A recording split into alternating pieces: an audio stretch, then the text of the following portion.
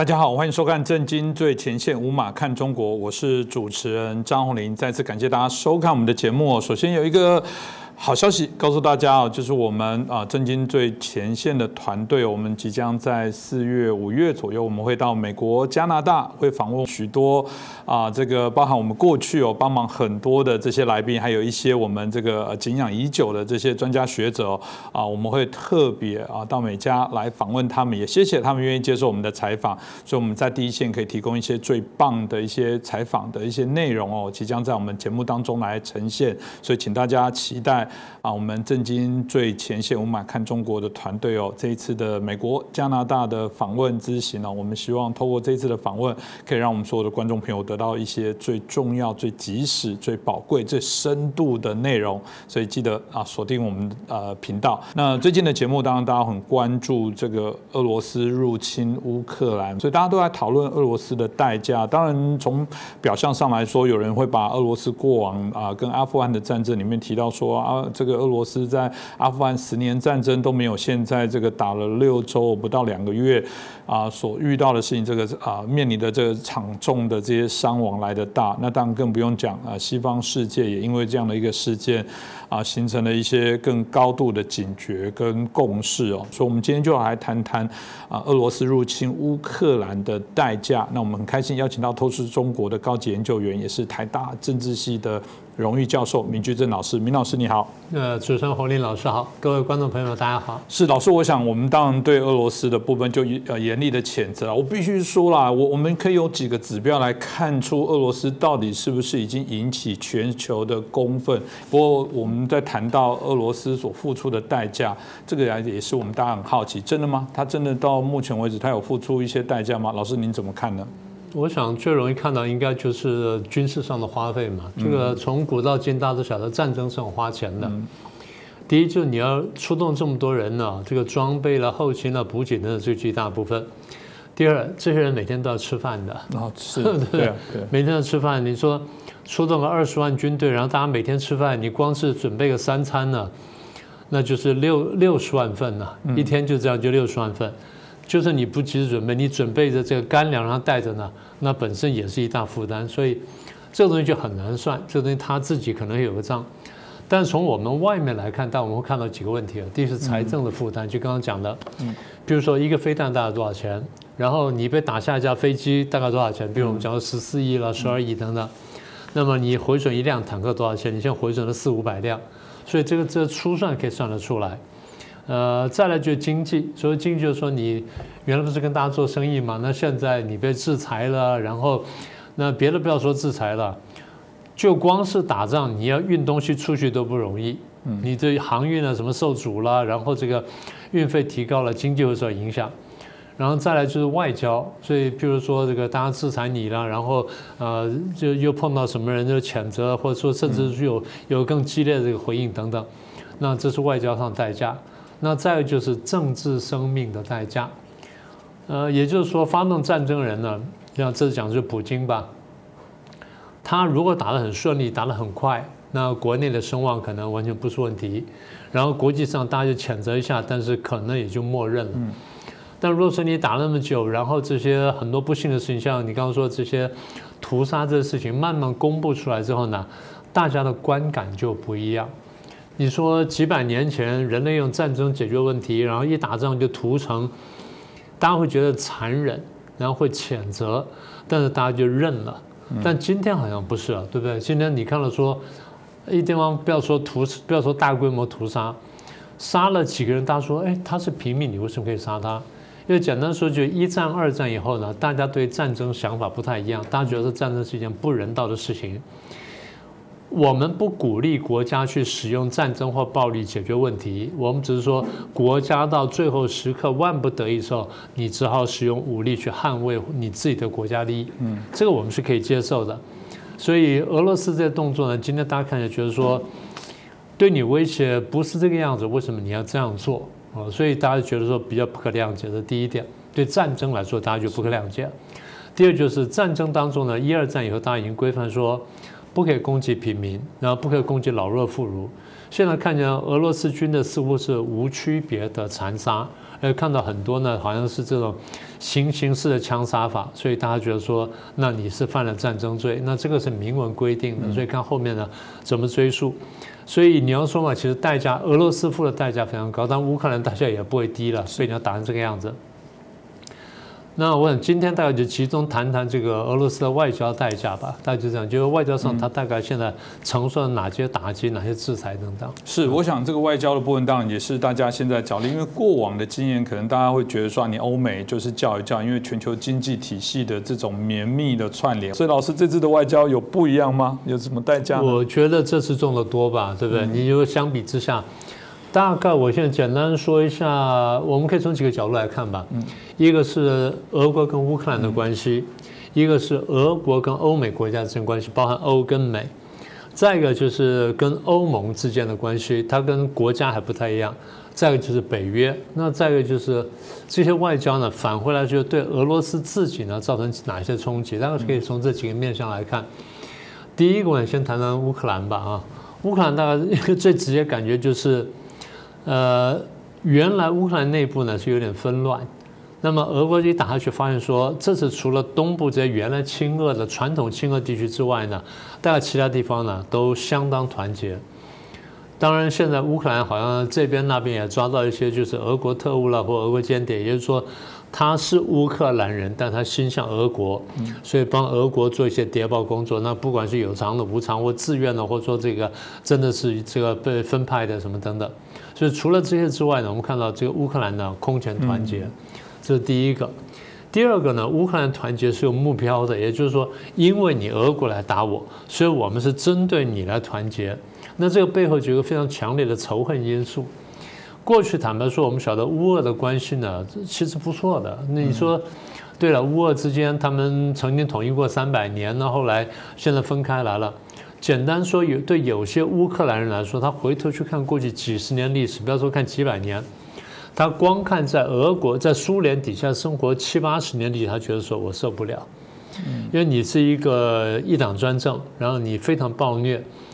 我们乌克兰是一个谷仓，既是欧洲的谷仓，更是你俄国的谷仓。结果居然你搞一个这个集体农庄啊，搞这种，像人民公社那种东西，一搞呢，我乌克兰可以饿死200、300万人，一个谷仓地区饿死200、300万人，这是难以忍受的。更不要说就是你当时并吞我的时候呢，中间有多少这种就对我这精英的屠杀跟侵略啊，跟镇压等等。所以乌克兰呢，这跟俄国之间坦白讲，你可以看到爱恨情仇。可这一次呢，一旦团结起来之后，它有一个非常强烈的这个仇恨俄国的心理出现了。这种在过去呢，大家应该说几百年来呢非常罕见的啊。那当然，俄乌关系现在走到冰点，不用说了。这是第二点我们看到的。第三点就是，坦白说，在这之前呢，乌克兰虽然是1991年从苏联独立出来之后。但是第一，就原来跟俄国有这么长久的关系、历史渊源，所以其实就是说，你说他认同呢，有点像台湾那种感觉。你认同大陆还是认同台湾？对乌克兰来说，我是认同乌克兰呢，还是认同俄罗斯呢，还是认同一个更大一个什么国家？我们过去讲过，我们说其实呢，俄国讲说，这次普京这样讲嘛，乌克兰是我们俄国的固有领土。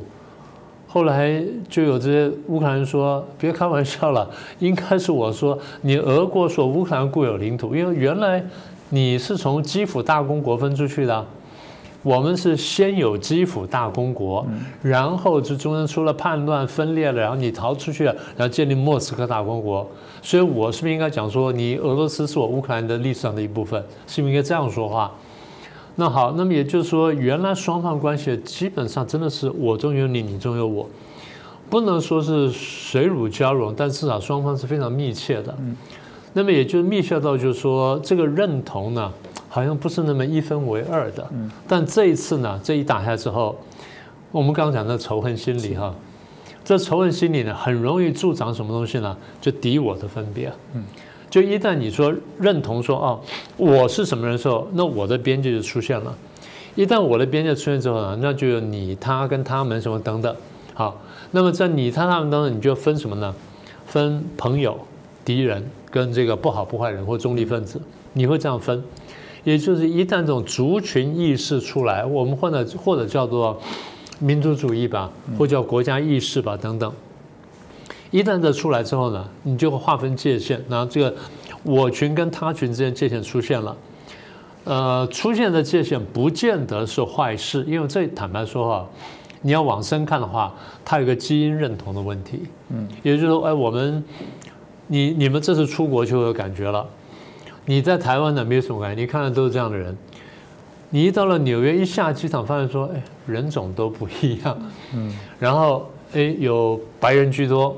然后黑人也不少，然后你慢慢认出来说，哎，有些也不是白人，也不是黑人，哎，他是拉丁裔的，你认出来了。虽然看起来跟我们有点像，但是五官什么立刻分出来说他是拉丁裔，他不完全是黄种人。然后你慢慢认出来，有些高大比较白的，但又不是那个我们说的西方白人，你认出来说啊，他是阿拉伯裔的或中东地区的。你慢慢就发现，人就多起来了，人种就多起来了。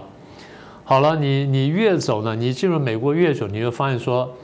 你会注意到一件很惊讶的事情。你突然看，哎，有个黄种人，你又很高兴。他一看到黄种人，就多看他两眼。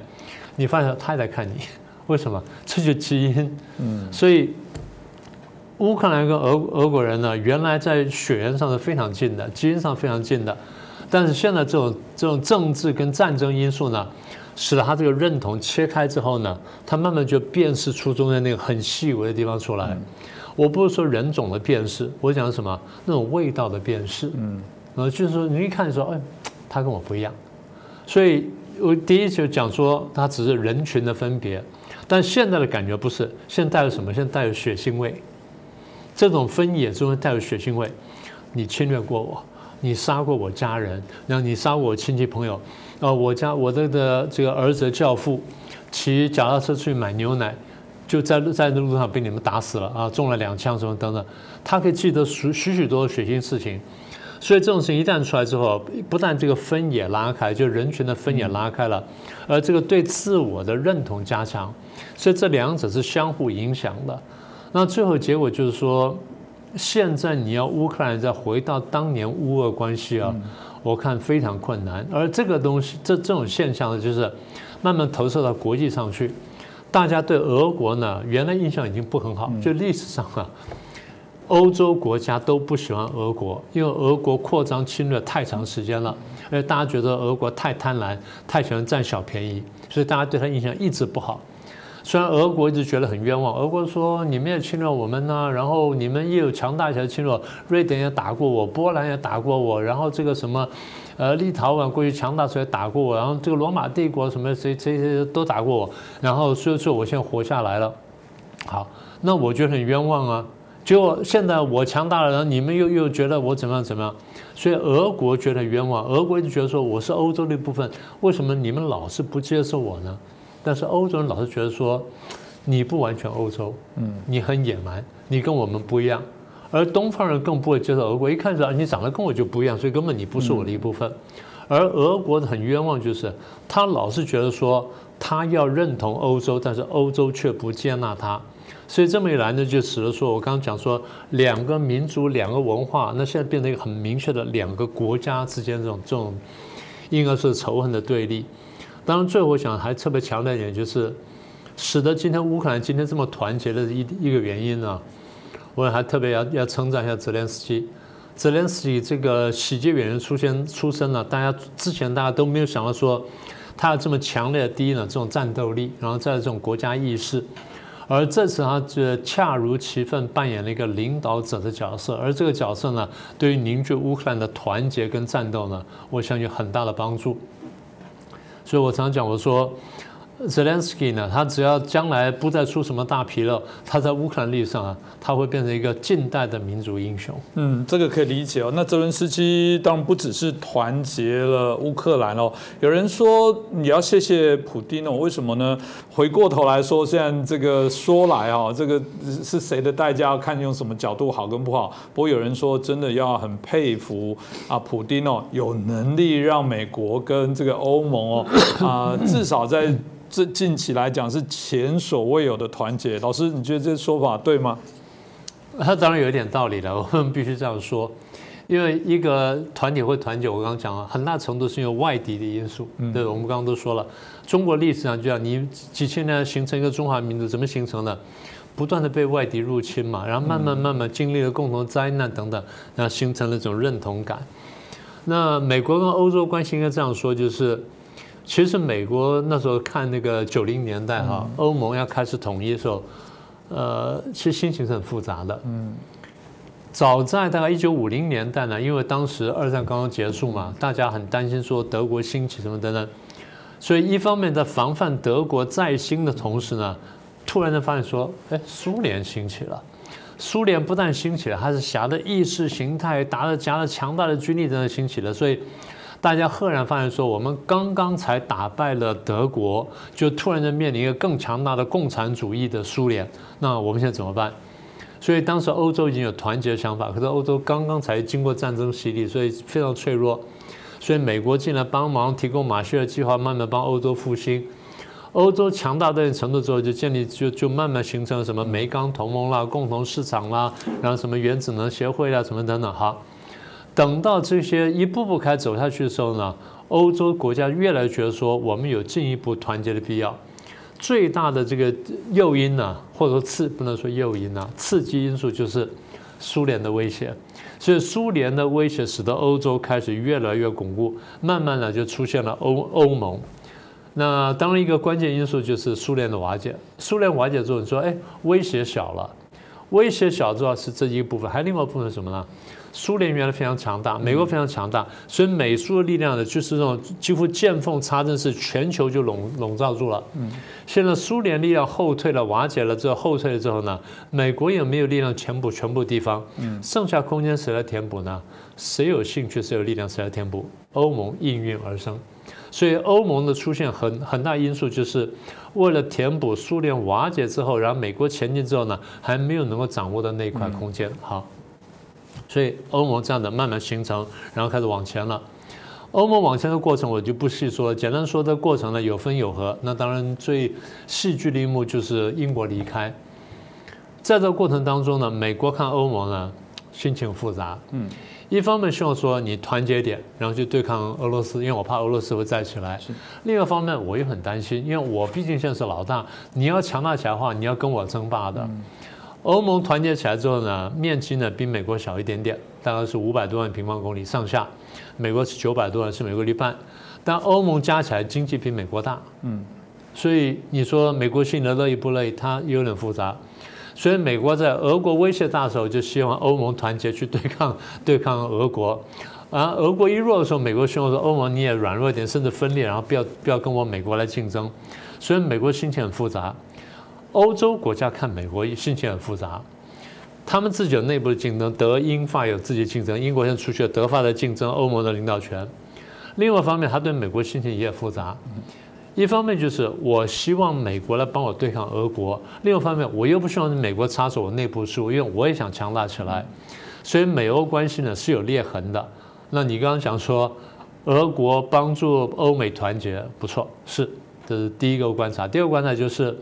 过去美国领导欧洲，然后欧洲心里很不舒服。现在俄国威力这强大，然后开始侵略，变成欧洲害怕了。欧洲等于说希望美国重新再回来领导我们，这次大家都已经看见了。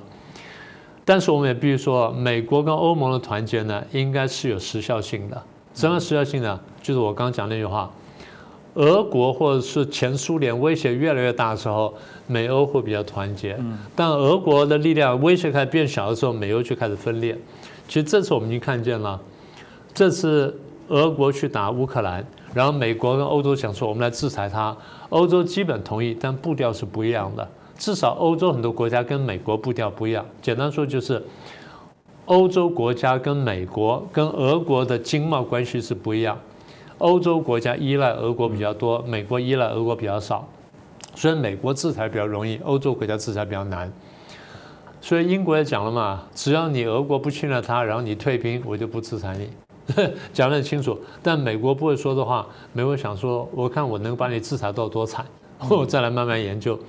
所以这个地方将来一定会出现美欧之间的，不能说分裂，至少会出现分歧，这是毫无疑问的。但是这一次战争让我们看到一个共同点呢，就是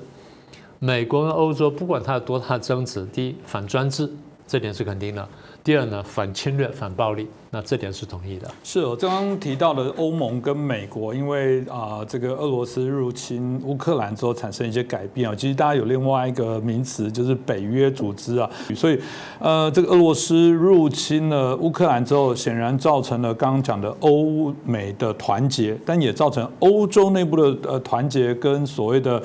北约的团结，所以这说起来，这算是俄罗斯的噩梦吗？它的代价吗？当然是啊，当然是因为。俄国看欧洲呢是多少代的惧怕的啊！当然，大家觉得说俄国这么大为什么怕？我刚刚说了，俄国历史上被欧洲国家打过很多次，当然俄国强起来的时候也打过欧洲很多次，所以双方是互相惧怕。所以你刚刚讲说欧盟和北约，我还是分开来说。简单说，欧盟是欧洲国家主导的，希望逐步成为一个单一国家的这么一个政治经济结合体。但北约是美国领导的军事组织，两个是不一样的。我们先谈欧盟。欧盟比过去团结，我们刚刚说过了。那欧盟现在呢，看到这个威胁之后，当然欧盟这其实早在10年前呢，已经建立过他们的军队，他们最早叫做法德联军。法德是世仇嘛，我们都很清楚，打仗打了几百年，互相争夺，杀戮也很长时间，1、2次大战都是敌对国家，所以打得很惨烈。可是，在10来年前，将近20年前。他们成立了快速反应部队，最早叫法德联军。法德联军总部摆在哪里呢？摆在比利时，很公平，很公平。是，这第一个。第二，法德联军的总部摆在比利时，意思就其实是欧洲联军。后来就成立了欧洲快速反应部队。前面几年呢，应该说就前些年呢，松松散散，因为不觉得有很大的威胁。这次感觉强烈了。俄国在08年打乔治亚的时候，他们都只是惊吓了一下。这一次呢，俄罗斯来打这乌克兰呢，欧洲国家的整个惊醒，所以他们说我们要强化快速反应部队。好，那现在呢，我们要看它强到什么程度。再一点就是，现在各国呢反应都很明确哈，你也都看到了，欧洲国家对俄国的敌情意识大幅提升。因为大家都针对俄国开始进行军备，开始整军了，建军了什么等等。那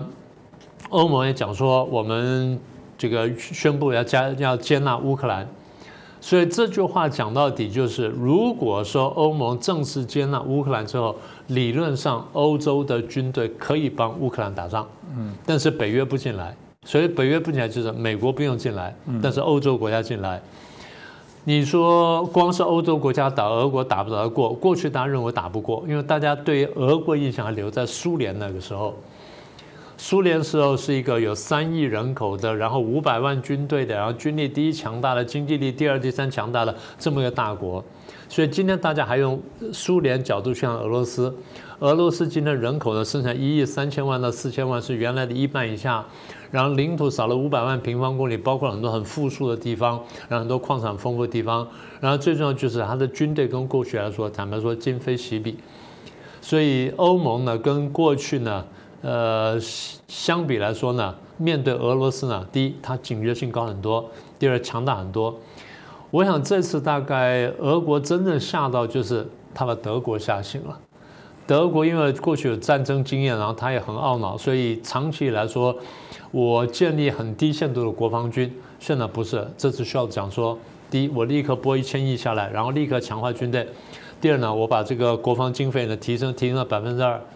这一提升到2%的话，它会变成世界第3大军事强国。假以时日呢，它会非常可怕。是，这个当然也是后续值得来关注。这一次俄罗斯打乌克兰，如果大家都我想记忆也很犹新哦，就是其中一个很重要的原因就是说，那个泽伦斯基你这个挑衅，为什么呢？因为你想要带乌克兰加入北约，还不止加入欧盟，还加入北约哦。因为大家都知道，北约里面的其中一个条例是，如果你打我其中一个国家，就是代表对所有的国家宣战。所以对俄罗斯来说，他当然希望你要成为中立国啊等等。俄罗斯这一次一打乌克兰，竟然是用这个理由，理论上应该让所有北约都吓破胆，特别是还没有加入北约的国家要吓破胆。我比较特别是，如果有2个国家来做指标，瑞典跟芬兰哦，过去不是北约的，他们现在反而说，我想加入北约。当然啦，我都怀疑哦，因为大家知道之前瑞士是扮演中立国，瑞士在这次也有态度了。我都在想说，瑞士会不会也未来也要加入北约？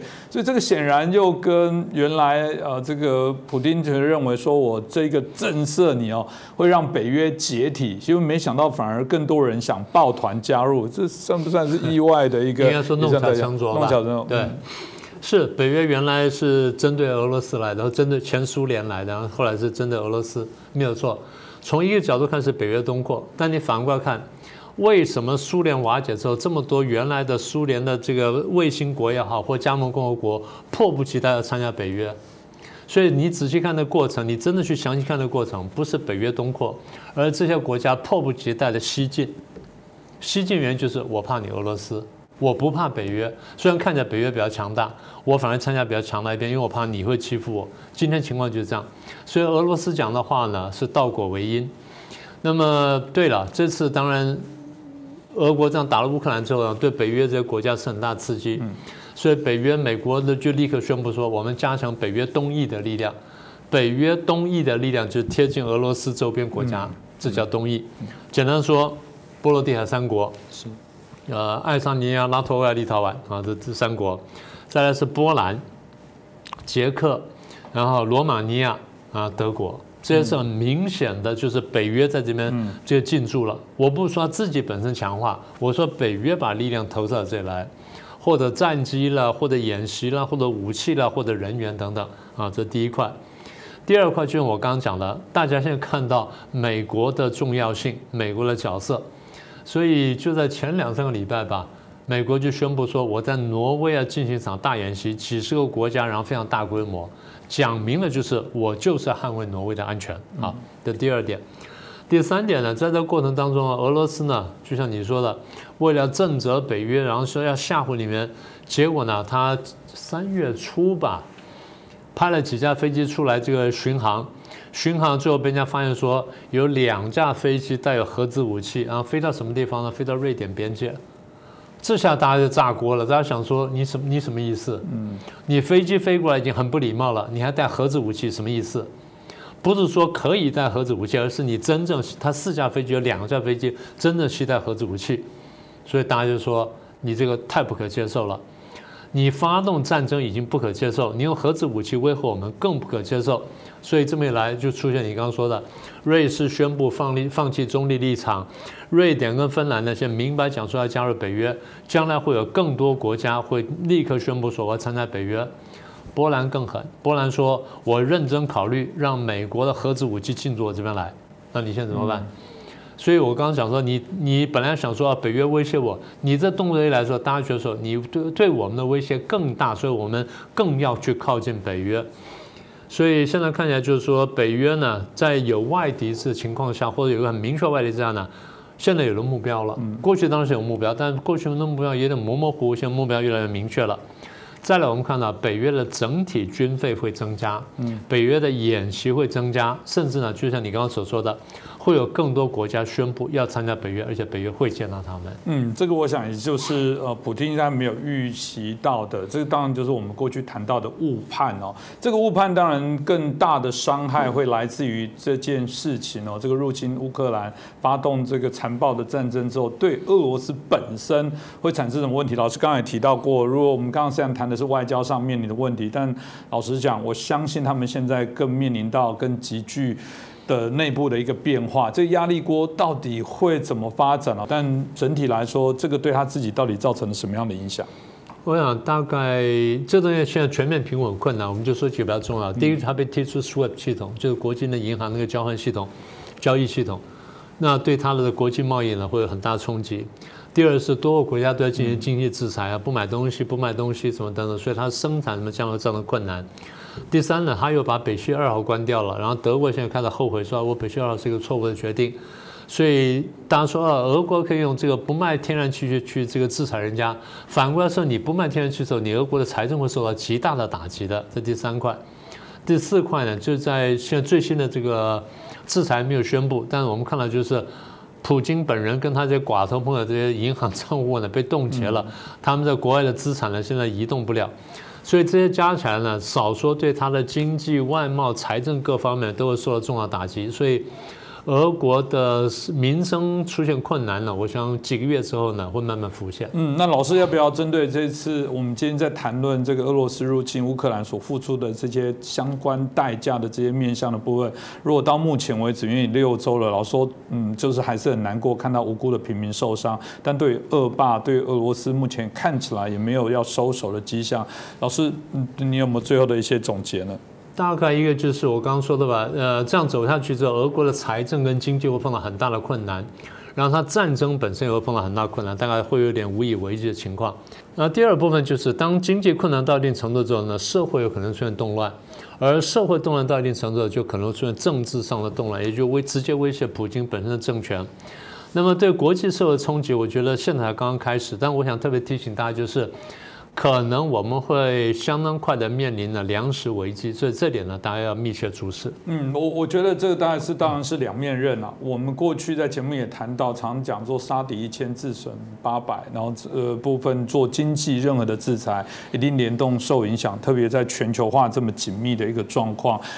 我必须说啦，除了老师讲的代价之外，我必须说我想要让普丁付出更大的代价，在我们这以外的，因为如果这一仗我们没有让这些独裁，我不敢讲以后不会再出现，但不让它彻底的，我们认为做一个比较重大的瓦解，我觉得我们未来还是胆战心惊。我宁可现在我痛苦1年2年，但换得未来3、5、10年的安稳。你要不要？至少我愿意这样子来做选择啦。今天很谢谢李居正老师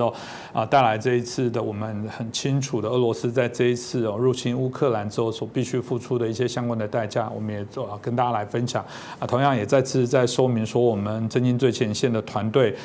在4月、5月，我们会到美国去去采访这些相关的一些学者专家，非常精彩。希望大家继续来支持我们震惊最前线，我们希望我们的支持收视率越来越好。再次感谢大家。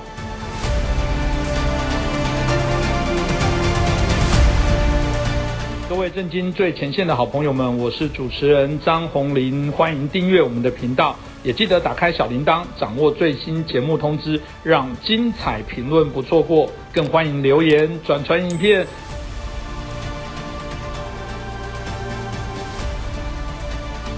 大家好，欢迎收看《震惊最前线》，无马看中国，我是主持人张宏林。再次感谢大家收看我们的节目这个中国目前面临到非常多不同面向的挑战了。除了俄乌战争这个大家一直在检视这个中国的态度虽然中国多次强调要和平，但大家对于它跟俄罗斯之间紧密的关联互动，甚至都在怀疑在最早的时候发起战端前，中国是不是知道这些内容？所以包含在之前这个欧盟跟中国的高峰的会谈，都同样引起许多的一些西方国家的提醒跟关注但不只是外交、国防、军事面临的一些挑战，现在疫情也在中国内部延烧，特别上海，我们看到这个2000多万人做一些大规模的检测当台湾在这段期间疫情同样升温但彼此当然都有在讨论这所谓的清零啦，或者跟病毒共存。当然有人说法说这没办法一刀切，总是相互的找到一个平衡。但至少目前流出许多上海在检疫过程的影片还是让人觉得非常的惊恐甚至有许多的一些内容，那还不只是所谓的伤亡的问题。我们看到这个管制的高压让人家很好奇，为什么中国要这么做？这是否跟这年底的20大的一些相关政权的保卫战有关联？所以我们今天就好好来探讨。那我们开心邀请到2位来宾，首先邀请到的是我们前国大代表我们黄澎孝大哥，黄大哥你好。主持人好，大家好。接着部分是邀请到我们军事专家吴明杰老师。主持人大家好。是我们想一开始就请教一下彭孝大哥哦，因为我们在谈到中国在这一次这个病情拉起来，的确是引起大家非常高度的关注哦。当然有各种说法，一个是单纯从医学上或者防疫上来说，中国过往当然有一段期间很骄傲的说他们对于疫情的管控非常好，然后但现在看起来这个爆发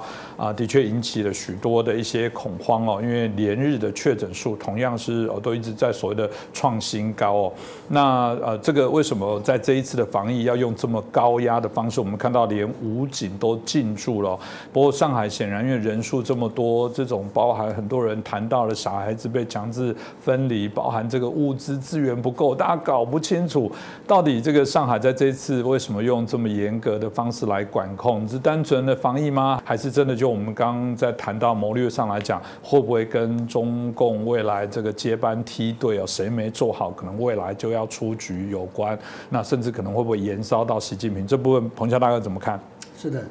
我觉得刚刚洪林呢一开始就讲到了重点啊，是不是跟年底的20大有关？我们记得去年的11月11号，中共的19届6中全会通过了一份所谓的这个历史决议案，这是中共第3份的历史决议案。在这个历史决议案里边，那总共36000多字，非常长啊。这个其中呢，讲到习近平这一部分的有19000字，换言之，超过一半的文字在叙述习近平为核心的这个中共领导在中共18大以后所建立的中国式社会主义新时代的种种的政绩，他总共列了13个大方向啊。那么其中有一项呢，就是讲到防疫作战，在中共的诠释里边，所谓的新冠疫情，他把它当作一场战争来谈啊，所以他说这是一场全民的防疫战争。那么它里面用了很多什么武汉保卫战湖北保卫战。那么现在呢，在中共的观念里，或者说习近平的观念里边，这是上海保卫战的开始啊。所以这个我们很多人就哎呀，你们上海这样搞啊，那这个经济会受多大的伤害？没错啊，上海它本身这个 GDP 占全国的4%，但是实际上整个长江流域有多少的货物透过上海向国外来输出，所以不是说光上海一个地方的经济受到影响，可以说整个中国在华中地区广大的一片都深受影响。那为什么他不顾这样的经济的损失也要这样搞呢？主要就是说要实现习近平他所谓的攻击。你看我们过去打赢了这么多场这个保卫战，那这一次上海绝对不能够失手。那问题就在于说，另外一方面，他也是在掩盖一些问题掩盖什么？第一个就是你的疫苗当初他们多么骄傲你看那个中共国台办的那个发言人朱凤莲问台湾你要不要我们的科兴疫苗我们的国药是经过的WTO 认证的认证有效的你要不要？很骄傲的对我们喊话那为什么我们都不要呢？现在大家看到为什么我们当初的坚持是对的？他打了这么多科兴，打了这么多国药不要说大陆内部，因为大陆内部坦白讲，他很多的消息都被控制住了他所公布的都不是真相的全部。看香港好了，香港疫情大爆发到这种地步，不就是因为说很多香港人打了科兴吗？所以这一次染疫、重症、死亡的案例，大部分都是打科兴的。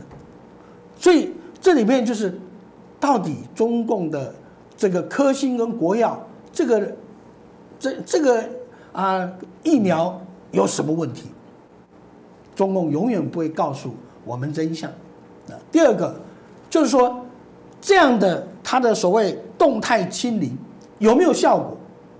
可见的说，它一而再在上海封城，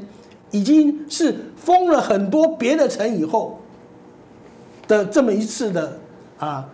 大家全世界瞩目的一个封城。但是为什么一而再再而三封城，最后上海还是沦陷到这种地步呢？这代表说他所采取的这个方式是不是有效的？那么最终就是会检讨到习近平所谓的攻击贡献是真的还是假的，是暂时的表象还是真正的做到了这个把疫苗管控能够清零的地步。所以现在我们在上海看到的诸多不可思议的事情，一切都是为了政治服务，一切都为了习近平能够安安稳稳的继续干下去来服务。为什么这样子？主要就是他跟普丁难兄难弟普丁现在陷溺在这个乌克兰的这个泥淖里面，不就是因为说普丁也要继续连任吗？他想说建立一个攻击，能够在俄罗斯扬名立万能够保他的这个万年总统今天习近平也是一样他会陷入中俄的联盟的这样一个陷阱乃至于说现在他在上海打他的上海保卫战一样的状况，都是为了个人的权利，都是为了想要当终身皇帝。所以这个同样同文同种，为什么我们台湾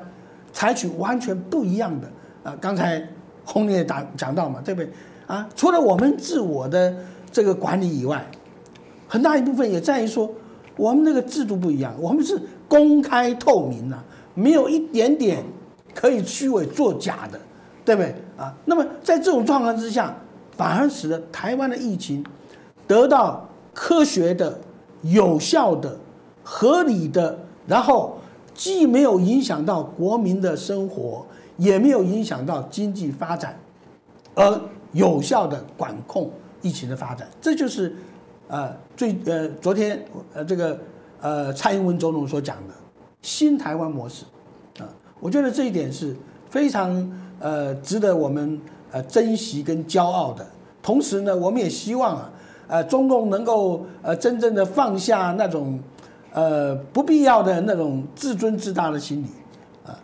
该要向台湾学习的地方还是要学习学习。是，谢谢彭教大哥。因为我记得我们在台湾疫情指挥中心也大概公布，因为大家很担忧，那如果中共今天的防疫是为了政权的捍卫而草菅人命，让这些所谓中国的民众因此而受伤受害的部分，我觉得你们如果还在支持这样的政权，大家值得好好来思考。但回过台湾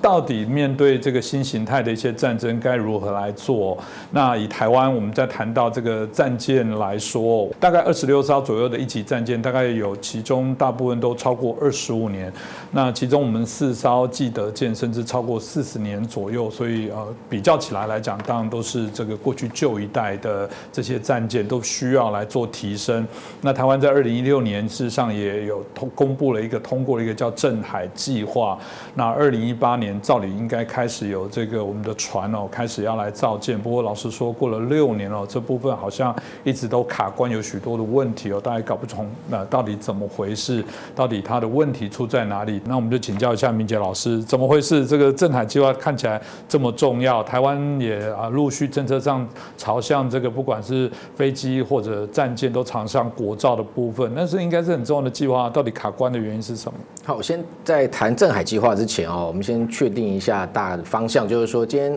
所谓的建军的一个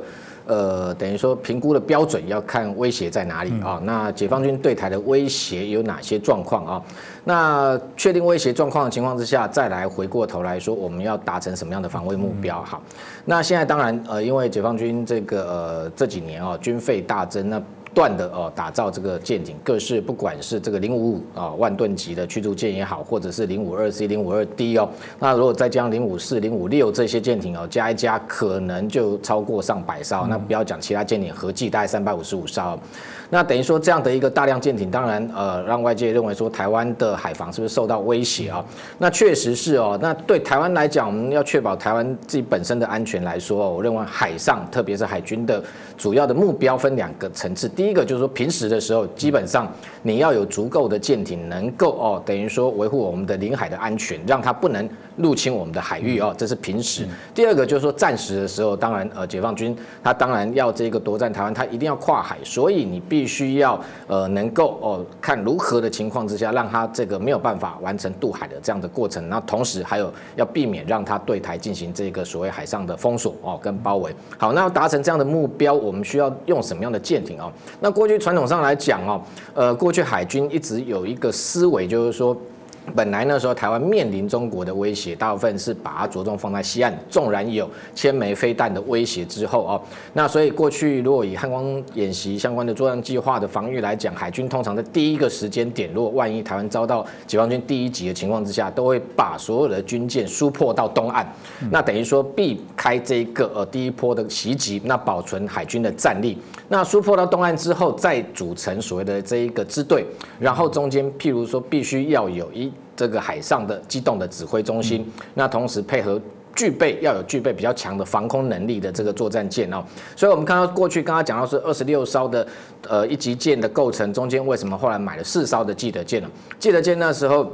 当时的这个国防部长李捷，他的构想就是希望把记得舰当成一个海上的一个指挥的一个机动载台，也就是说，如果你地面的指挥出现这个遭到瘫痪的情况之下，可以转移到海上。那同时这样支队的一个编程，包含配合，还有像反潜的诺克斯，或者是像拉法燕，还有成功级等等，这些整个要构成一个海上的一个舰队。那等于说要让这个解放军要这个犯台的过程中，在海上可能南北两端的时候，可能在海上跟他进行所谓的决战。不过这已经是旧思维因为过去那时候我们看到解放军舰艇没有那么多，战力也还没有相对提升的情况之下。这样的一个等于说建军的构想是可以因应，不过随着这10-20年来等于它的舰艇大幅的数量提升也好，那性能上面来讲，坦白说，它这个不管是窃取美国的技术也好，或者是自己从国外在这一个采购山寨或者研发也好，它现在目前的确实蛮多舰艇具备这个垂直发射的能力，也就是说它的防空系统跟制海跟这一个甚至对地打击的能力是有所提升的。在这种情况之下，它同时发展所谓的这个航空母舰，或者是像075型的2栖突击舰。那航空母舰主要当然是为了反介入，那些都是针对美军的部分那当然整个战场来讲，它还有其他的野心，就除了台海，它还有东海，还有南海，甚至整个西太平洋，它都想要吞下。那这种情况之下，台湾需要什么样的海上兵力来因应可能必须跳脱过去传统的思想因为如果去问历任每一任的这个海军总司令或司令来讲，他们的梦想2个，一个是潜舰，另外一个就是神盾舰那神盾舰可能包含伯克级或提康德罗加级。那所以回过头来。台湾长期跟美国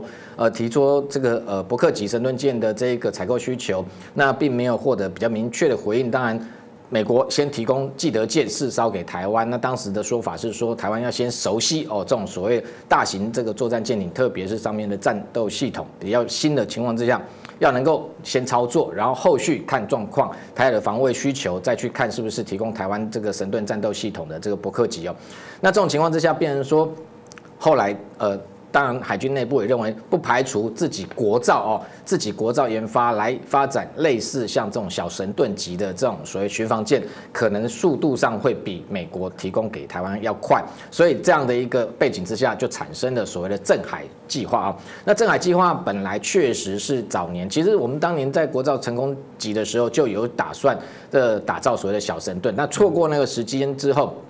后来等于说这个一直到镇海变成说这时候需要的这一个上头的这个需求又不太一样，因为现在以这个神盾舰的基本标准来讲，3个，第一个就是上面可能要配备这个 AESA 哦，相位阵列雷达，不管是主动或被动。第二个就是说它上面的战斗系统哦，那我们中科院也有一个一套叫做所谓训练的战斗系统。那另外同时还有必须要具备垂直发射能力。那垂直发射能力，如果以美制来讲，就是这个 Mark 41哦 VLS 这种垂直发射系统。这3个要素把它组合在一起，才能构成所谓这个镇海计划能够顺利的完成。那这个船体载台本身部分，台湾的国造能力是没有问题哦。不过现在为什么会卡关的问题出在，主要就我的了解，是因为中科研发的这一个主动应该是属于被动式的这个相位阵列雷达系统基本上一直没有办法缩小它的这一个体积跟重量啊。那对于说原本规划这一个4500吨的载台，那必须要扩大，所以后来一度打算放宽到包含像打造6000吨，甚至扩大到7000吨这样的一个载台。然后同时因为垂直发射系统相对来讲也比较大，所以整体的设计因为这个核心的部分，就是说这个眼睛的部分，这个 AESA 雷达的问题，所以变成说一直持续延宕下去。那吨位到底要放到什么程度？因为吨位越大，当然造舰成本也越高，所以这个部分也受到这一个卡关跟拖延。不过整体上来讲，就是说先前海军内部也辩论过，现代的巡防舰，过去巡防舰都是3、4千吨非常大。6、7千吨以上大概都算驱逐舰了。不过未来美军它最新的新座级，其实基本上来讲，像它搭载 SPY 6型这样的这一个同样是神盾战斗系统，它吨位放大到7000吨。所以内部辩论之后，现在主要问题出在说，那如果我这一个上面的相位阵列雷达不搭载的情况之下，有没有可能回到4500吨，就把它的性能相对降低？那不过这样的一个构想又回到更前面，也有海军内部提出说，那不如我们一步一步按部就班，是不是先开始造1500吨跟2000吨的轻巡防舰，然后再下一步累积能量之后，再提升到所谓的这一个镇海计划那这个方向，我认为应该也是值得参考的方向啦。主要就是说，很多的战斗系统其实台湾过去来讲，海军或者国内的造船的技术并不差，但是整个战斗系统相对来说，确实还是有赖于国外的资源。那如果在这种情况之下，变成说你这个计划如果持续延宕，没有办法真正的完成这样的任务情况，确实有必要重新检讨那跟悬臆测。那同时，因为整个战场情势的改变台湾未来是不是需要这种所谓大型的主力舰艇，包含像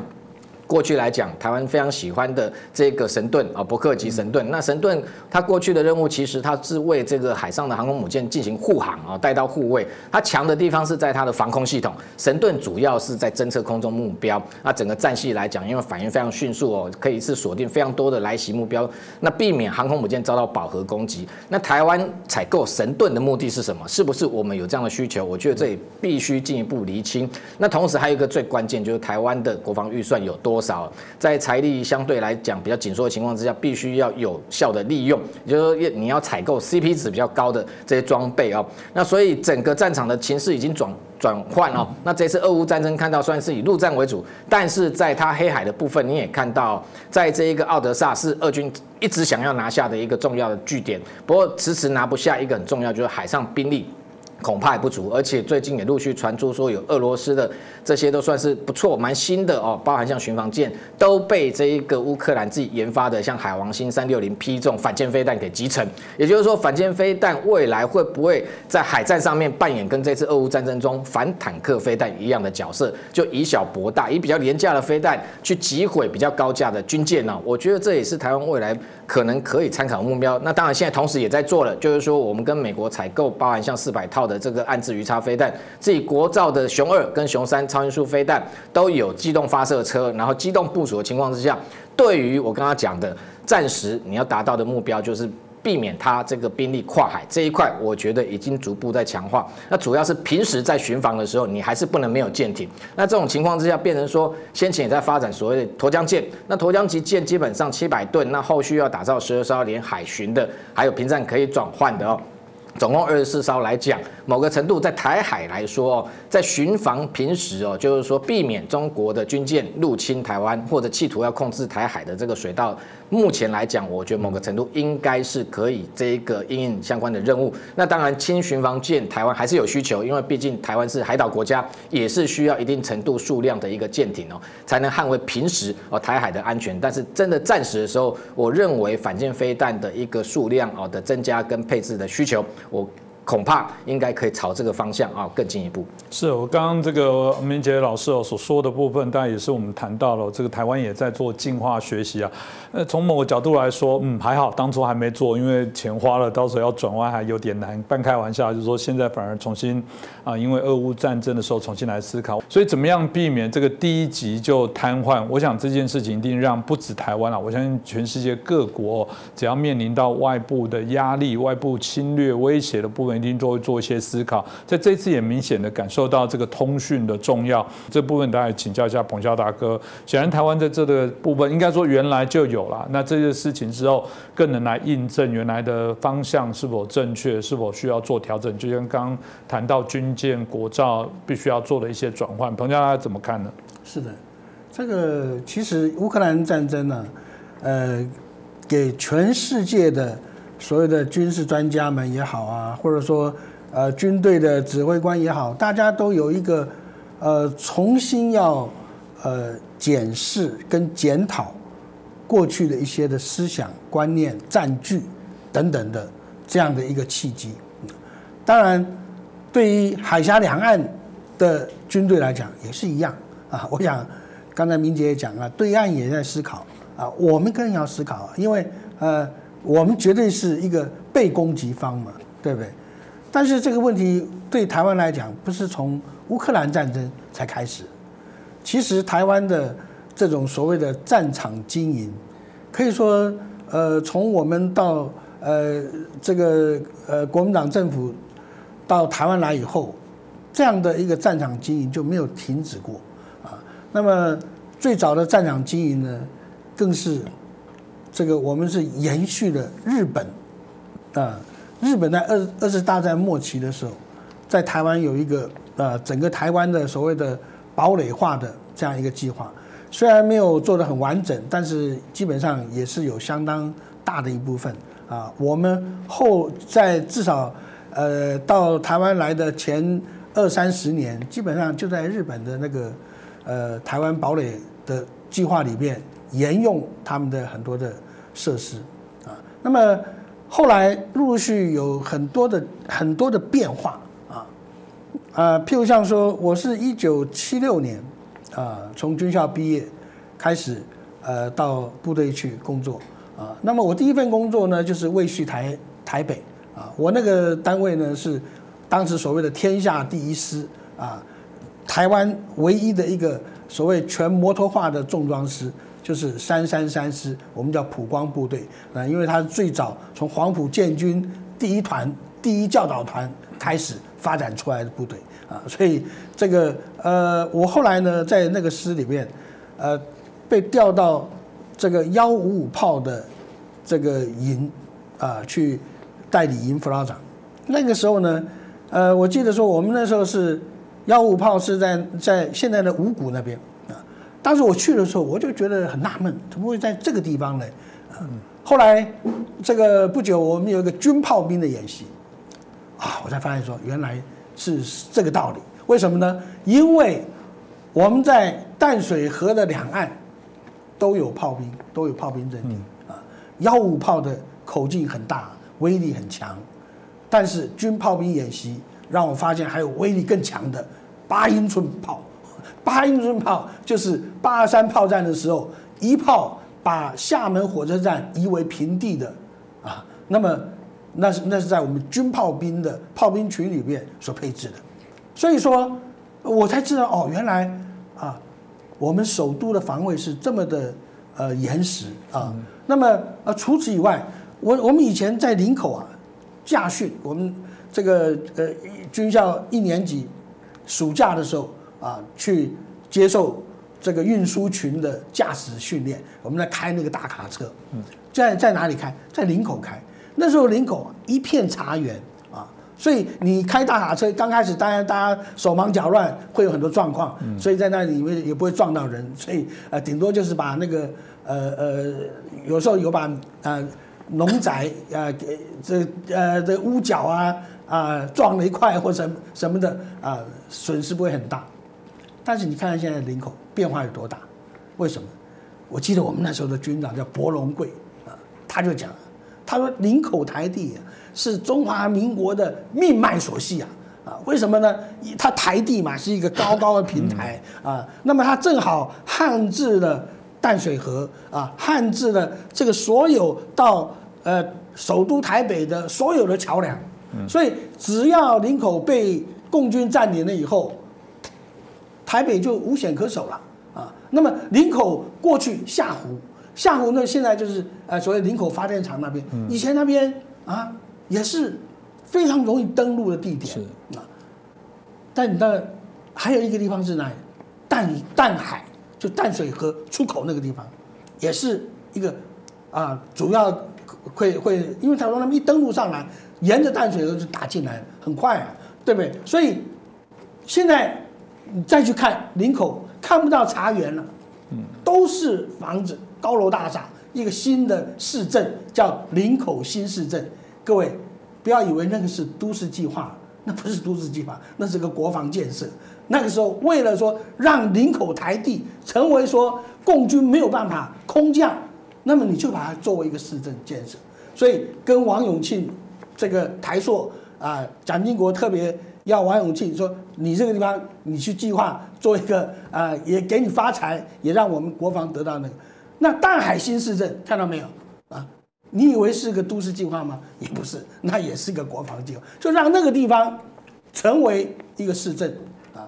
这都是我们的国防的一些的所谓的战场经营。那么你看看下湖那边，你走那个西部这个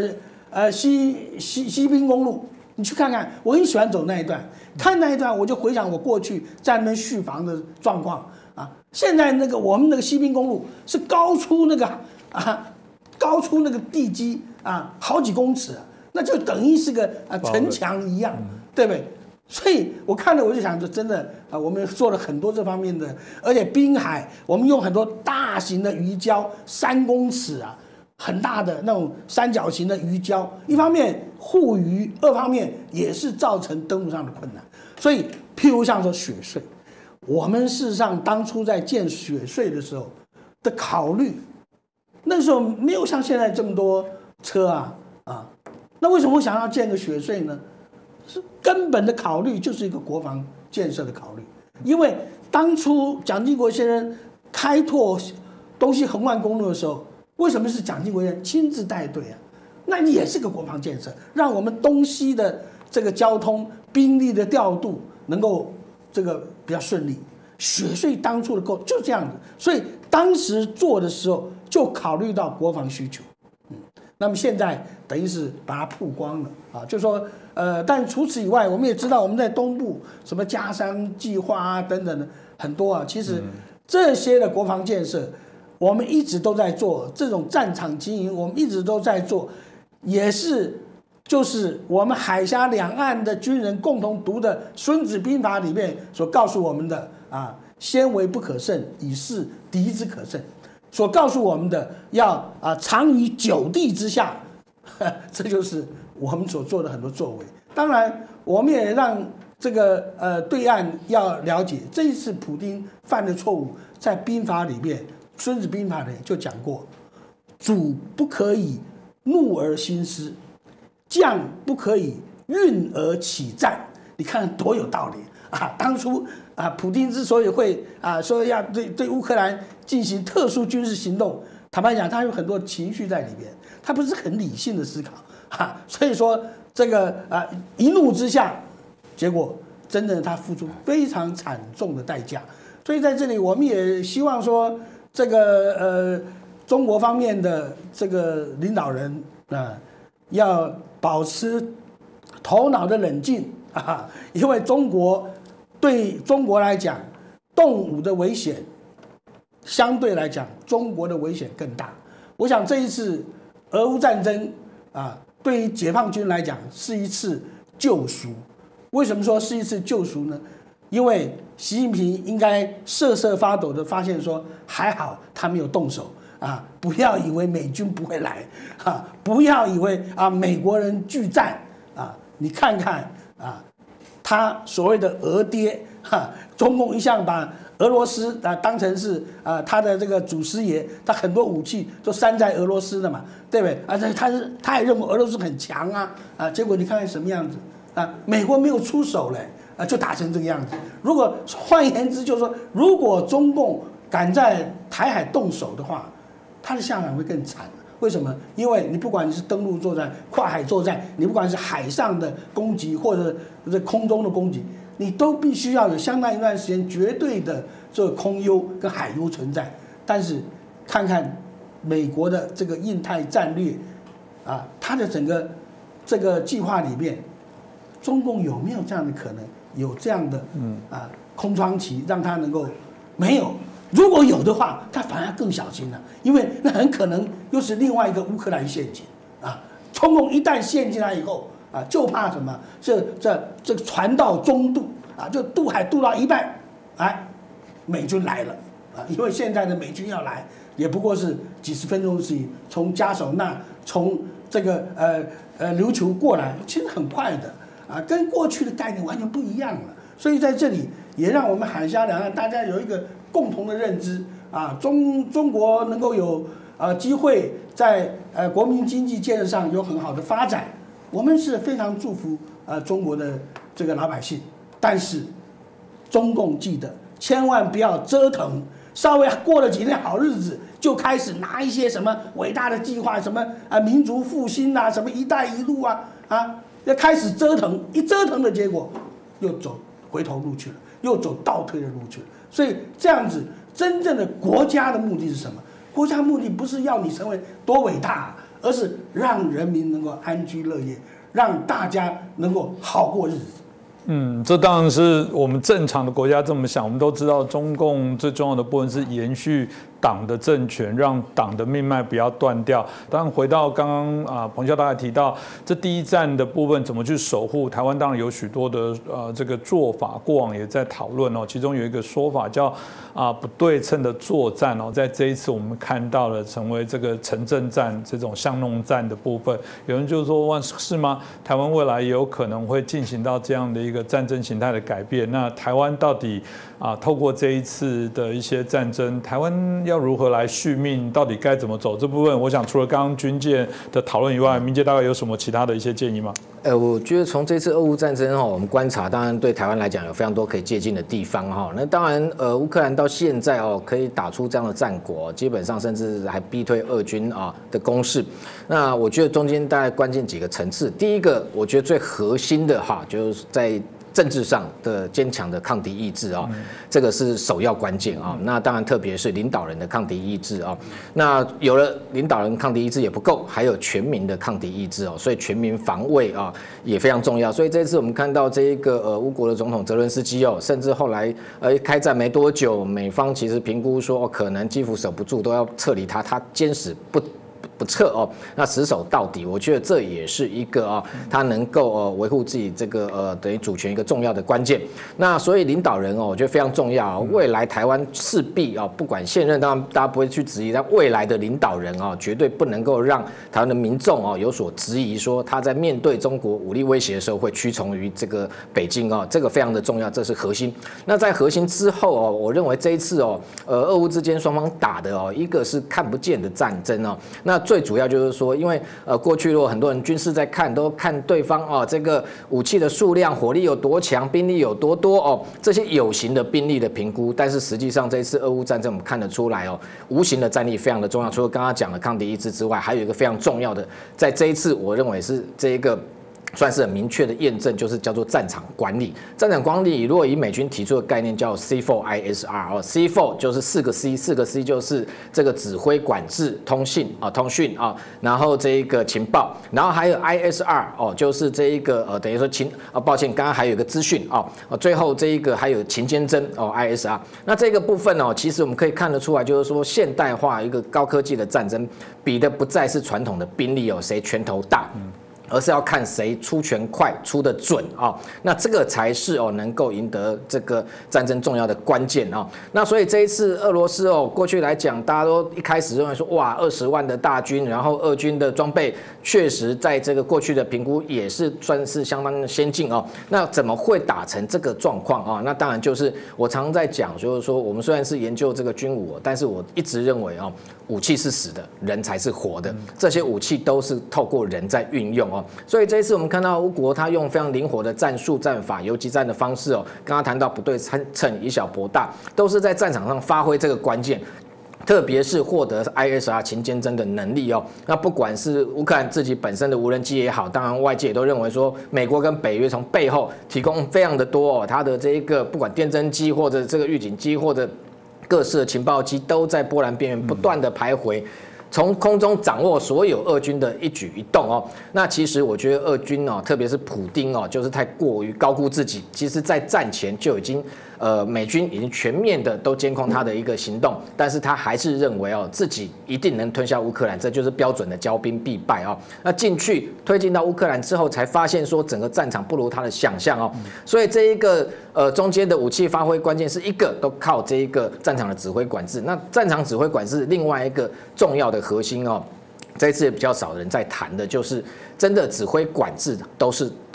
人。那今天俄罗斯先前大家美军也在评估说，为什么会打的跌破大家的眼镜战场的指挥官到底是谁？没有人知道。那似乎像这一次他这个俄军出动了地面部队来讲，陆军有包含东部军区、中央军区主攻这个基辅，他的西部军区主攻这一个哈尔科夫，同时南部军区主攻这一个等于说南线的这一个马利波这些部分。那陆军看起来各打各的，各行其事。那更不要讲空军，空军为什么这一次都没有空陆的这一个联合作战战机似乎被这一个俄罗斯当成是什么？只是远程的炮兵它不是一个独立军种就是说，今天我陆军需要敌后纵深打击的时候，我的火炮够不到那样的一个距离的时候，我才派战机飞比较远去丢所谓的传统炸弹。这样的一个构想其实都还在存在二战的时候的思维。所以整个战场没有统一指挥的情况之下，被人打得零零落落的各行其事。那为什么没有一个统一的指挥官？这中间的核心就在普丁，因为他是一个专制独裁的政权。今天专制独裁政权什么都要听这个普丁的话，所以这一次后来美军事后观察也发现说，有可能因为受制于普丁的这个行动军令的要求，第一个，军令的传递上面可能速度就非常的缓慢，你要从莫斯科直接一层一层下来，然后抵达到最前线的部队。今天最前线部队万一遭到乌军围剿的情况之下，恐怕连撤都没办法撤，所以才会阵亡的这么的严重。再加上士气本来就低落，所以攻也不是，退也不是情况之下，才会如此的混乱那这个核心关键就可以放在未来解放军的部分我们刚刚讲到这个洪林刚刚问说，这次解放军会不会学习？会学习他们当然会从这一次整个作战的过程中，譬如说这个本来俄军想学美军过去在2次波湾战争甚至这个伊拉克战争，这个对首都进行所谓瘫痪斩首那迅速可以拿下基辅。那其实过去我们长期在观察北京对台也是这样的一个策略他希望透过譬如说大量的导弹对你台湾进行所谓第一阶段这个叫震慑战就是美军当时用的这个 shock and awe， 就是说用大量导弹打这个让你这个民众惊吓，然后放弃直接投降，这是他最快的。所以这种震慑之后，接下来就瘫痪，让你的军令也没办法传递。这种情况之下，变成说他才可以先前不断妄言有退将出来说1天3天就可以夺台，就可以在台北喝茶这种说法。以后你再讲讲看，看会不会有人听，会不会有人笑那这样的一个震慑战跟瘫痪战，看起来未来对北京来讲，绝对已经不能用，也不可能实现所以这个部分它绝对是梦碎的。那重新检讨，当然还有包含像他必须去检讨他现在所有的过去学习俄军的编装包含像这一次俄军这个叫 BTG， 就是他的营战术群的组成就包含有主战的坦克也好，或者是连把这个防空资讯作战，然后整个还纳入传统的这个多管火箭这么多所有的全部把它集中在一个单位。那本来它是可以独立作战，但是125个 BTG 派进去之后，纷纷被击垮。而这个部分其实解放军也在学，它的所谓的合成旅也是这个概念。这样的一个编装那再包含像过去来讲，它沿用苏联的那个传统红军整个大军区的思维那等于说这些恐怕它未来都会进一步检讨，因为这样的一个状况变成让它在战场上变成本来要独立作战，但是相对来说很容易变兵力相对单薄，也被击毁。这个部分它一定会做改进。另外就武器系统的部分，2制的武器是不是这么好用？一丢入战场就知道。这次连苏凯 35S 都被击落。那过去解放军也买了24架苏凯 35S那主要拿上面的 AL41F1 的这个发动机，要来研改它的这个歼20的发动机。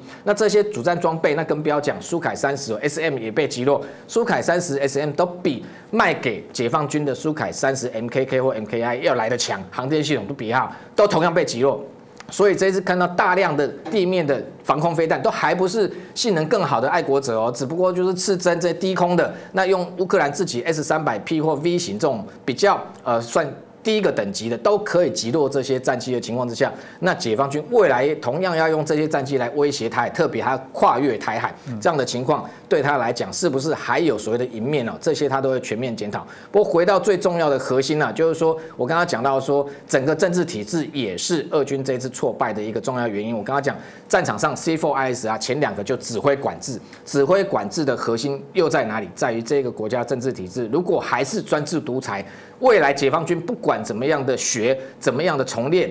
它的一个政治的一个体制的这个中间这样的一个专制体制不改变的情况之下，其实你如果今天作战将在外，通常是军命有所不受那如果战场的指挥官都这个绑手绑脚，没有办法针对战场情势下状况的情况，变成说所有要听命于习近平，其实解放军也不过就是俄国另外一个仿制出来一个巨大的一个战争机器。那在台海作战势必也会非常的迟钝，也没有办法很灵活的施展它的一个兵力。所以整个这样的一个体制不改变的情况之下，我认为解放军未来战力要说提升到什么程度，或许武器系统有形的拿出来宣传给大家看一看，可能可以吓唬一些人，但是真正投入到战场，会不会跟俄国这一次一样受到重创？我觉得可能性还是非常的高。那回到台湾的部分，这一次可以接近的部分，包含反装甲飞弹的这一个获得，或者是像刺针这些防空飞弹，过去其实台湾早就陆续采购，我们已经具备某个程度的不对称作战的能力，只是过去很多国人还是不相信，看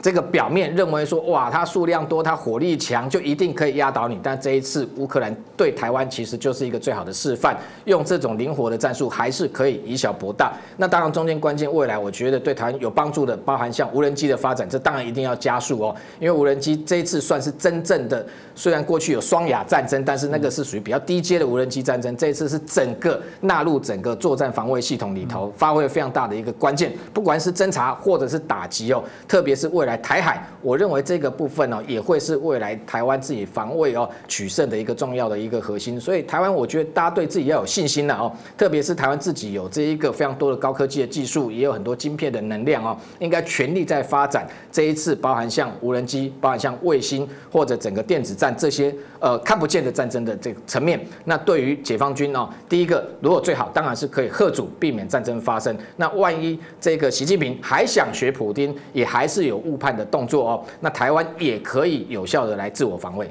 这蛮重要的这个我们刚刚提到这一次来讲，大家当然都在做学习不过台湾民众，我想从这次战争里面，应该另外一个感受很深的，尤其是台湾又有即将选举，进入到选举年，不管是年底的9合1选出立委选出县市首长，还有我们的县市的议员等等另外在大概是明年后年的部分，就总统跟立委的部分这时候大家都要重新对于国家的这些定位认同的部分，显然在台湾内部一定就会做许多的辩证。但从这一次来讲，这种我觉得认知战里面所产生大家一些资讯错误的一些解读，或者有些人我们看到现在，即便都看到了许多的这种害人这个惊人的这种让人难过的这种犯准战争罪行的这种残杀平民的这影片以外，其实我们在台湾还有人在说都是乌克兰自己讨打，我很难想象